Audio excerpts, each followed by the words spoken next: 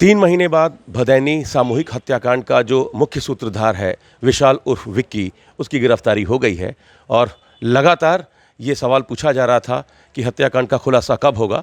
तो आज Varanasi police commissionerate ने इसका खुलासा कर दिया। हमारे साथ डीसीपी गौरव बंसवाल जी हैं। सर, ये एक बड़ा चैलेंज था, कैसे गिरफ्तार हुआ? चूँकि कई टीमें लगी हुई थीं, 2 महीने से ये मोबाइल का इस्तेमाल कर नहीं रहा था।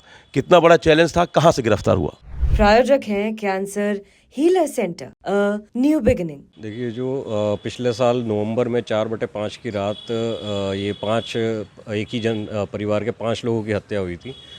उसी में क्लियर हो गया था कि ये परिवार के भतीजे जो विशाल थे उर्फ विक्की, इन्होंने ही करी थी, क्योंकि हमारे को इन्वेस्टिगेशन में तमाम चीज़ें मिली थी इसमें। लेकिन ये चीज़ सामने आई थी कि इन्होंने कुछ दिन पहले ही घटना से अपने जो मोबाइल थे मुख्य, वो बंद कर दिए थे, जिसकी वजह से ये सर्विलांस के थ्रू ट्रेस नहीं हो पा रहे थे। इसी को लेकर के हमारी टीमें जो थी लगातार सब जगह छानबीन कर रही थी, दबिश भी दे रही थी। और अभी कुछ दिन पहले ही एक इनपुट मिला था कि ये अपने छोटे भाई जुगनू के टच में है और बहुत ही एक नए तरीके से ये आपस में दोनों भाई टच में थे। ये लोग इंस्टाग्राम जो ऐप होती है उसके थ्रू कॉलिंग का प्रयोग कर रहे थे और ये लोग वाईफाई जो है वो यूज़ करते थे।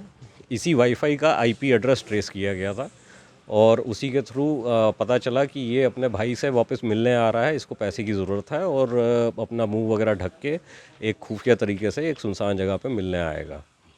इसी को जब ट्रेस किया गया उसमें ये पकड़ा गया। उसके बाद इसने घटना कबूल करी और इसने बताया कि जो बचपन से मेरे साथ प्रताड़ना हुई है मेरे परिवार के साथ, पहले 1997 में जो राजेंद्र गुप्ता थे इनके चाचा, उन्होंने इनके पिता और इनकी माताजी का हत्या कर दी थी जून में जी। और दिसंबर में इनके दादा की हत्या कर दी थी और इन दोनों हत्याकांड के ये चश्मदीद थे।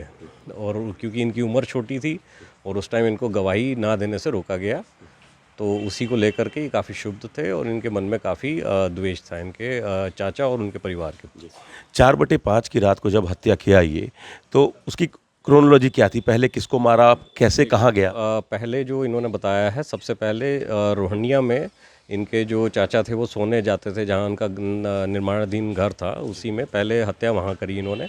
3 गोलियाँ वहाँ मारी चाचा को अपने, और उसके बाद फिर ये वहाँ से भदैनी वाले घर पे आए, जहाँ पे ये लगभग 3-4 घंटे घर में रुके रहे, क्योंकि सब लोग सो गए थे दरवाज़ा बंद करके।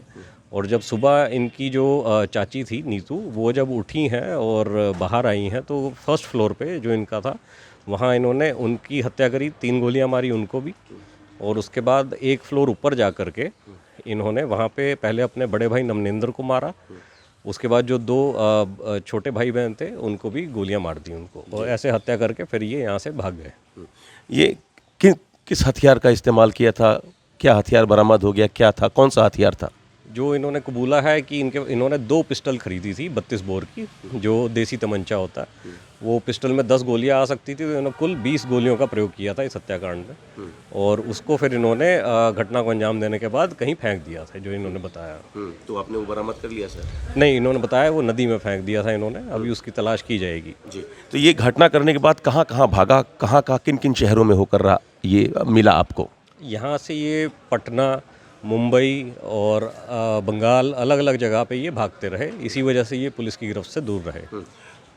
जब आप लोग छानबीन कर रहे थे तो उस समय एक खबर आई कि नीतू मदद करती थी, जो उसकी चाची थी।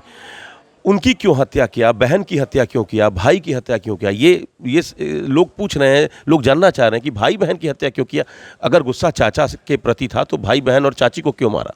जो विशाल ने पूछताछ में बताया है कि 2022 में इनको इनके चाचा और उनके बड़े बेटे नमनेंद्र ने बहुत ही बेरहमी से घर के अंदर पीटा था।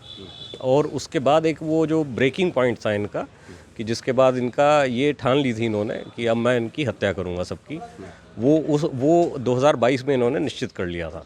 और जो नीतू थी, जिनसे पूछा गया कि नीतू और गोरागी को क्यों मारा इन्होंने, तो इन्होंने बताया कि ये भी आपस में एक दूसरे को भड़काने का काम करती थी, सभी को विशाल के खिलाफ भड़काती थी और विशाल को सबके खिलाफ बाकियों को भड़काती थी। तो ये नीतू और गौरांगी भड़काती थी राजेंद्र और नमनेंद्र को, सभी बच्चों को विशाल के खिलाफ भड़काती थी। तो ये जानता था कि घर में जो है भड़काने का काम जो है इनकी चाची और उनकी बेटी इनके खिलाफ करती हैं। यही इसके मन में था और इसीलिए इसने इनकी भी हत्या कर दी। जो छोटा वाला है उसको लेकर भी उसने कुछ बताया है सर? छोटे वाले का विशाल बताते हैं कि छोटे वाला बचपन से ही अभी बोलता था कि मैं आपको बड़ा होकर गोली मारूंगा। और इसके इन्होंने बताया था कि बचपन से ही ब्रेन वॉश इसका स्टार्ट कर दिया था कि ये बड़े हो गए तो आपको भी वही करना है जो 1997 में राजेंद्र ने इनके बाकी परिवार के साथ किया था। सर ये विशाल किस टाइप का लड़का है? इसके पहले इसका कोई क्राइम हिस्ट्री? देखिए, ये पढ़ने लिखने वाला लड़का था, कभी कोई ऐसी शिकायत नहीं थी व्यवहार की, दुर्व्यवहार की कहीं पे भी। और क्योंकि ये बचपन से इन्होंने एक बहुत ही हिंसक इनका इतिहास रहा है, इन्होंने कई हिंसक घटनाएं अपनी आंखों के सामने देखी और इसी वजह से इनके मन में कहीं ना कहीं ये रंजिश बनती रही थी और उसी को अंजाम इन्होंने नवंबर में 4/5 की रात में दिया। लिखाई पढ़ाई क्या है हुई इसके सर?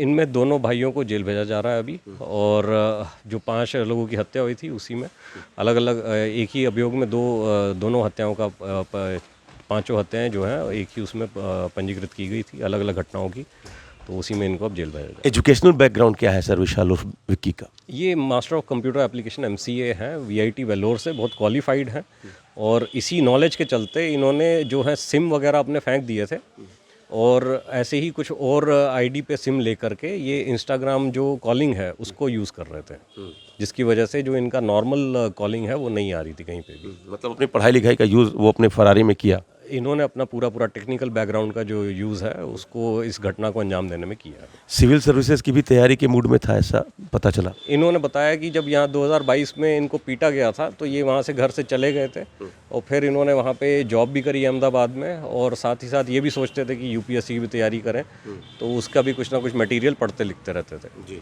एक आखिरी सवाल सर, इस पूरे हत्याकांड में जो उनकी दादी थी जिन्होंने सबसे पहले बताया था कि वो मुझसे कहता था कि मैं मार डालूंगा, उनकी भूमिका को लेकर अभी तक की जांच में आप लोगों ने क्या पाया? अभी तक दादी की कोई भूमिका नहीं सामने आई। एक तो वो वृद्ध बहुत हैं, तो जैसा कि ये बताते हैं कि रात में दवा लेकर के ये सो जाती थी, तो सुबह क्यों अर्ली मॉर्निंग ये अंजाम दिया गया था घटना को, तो उन्हें कोई ना आवाज़ आई ना कुछ पता चला। और इन्होंने दादी ने मना भी किया था कि ऐसी घटना मत करिएगा, एक बार पहले भी मेरा बेटा जा चुका है, दूसरा बेटा भी मेरा चला जाएगा। तो दादी ने कई बार समझाने का प्रयास किया, लेकिन क्योंकि इनके आवेश में आकर इन्होंने ये कर दी थी हत्या। फिर ठीक है, बहुत शुक्रिया सर। तो 5 नवंबर को जो घटना घटी थी 3 महीने के बाद पुलिस ने उसका खुलासा कर ही दिया। Amit Singh, TV9 UP, Varanasi. प्रायोजक हैं cancer healer centre, a new beginning.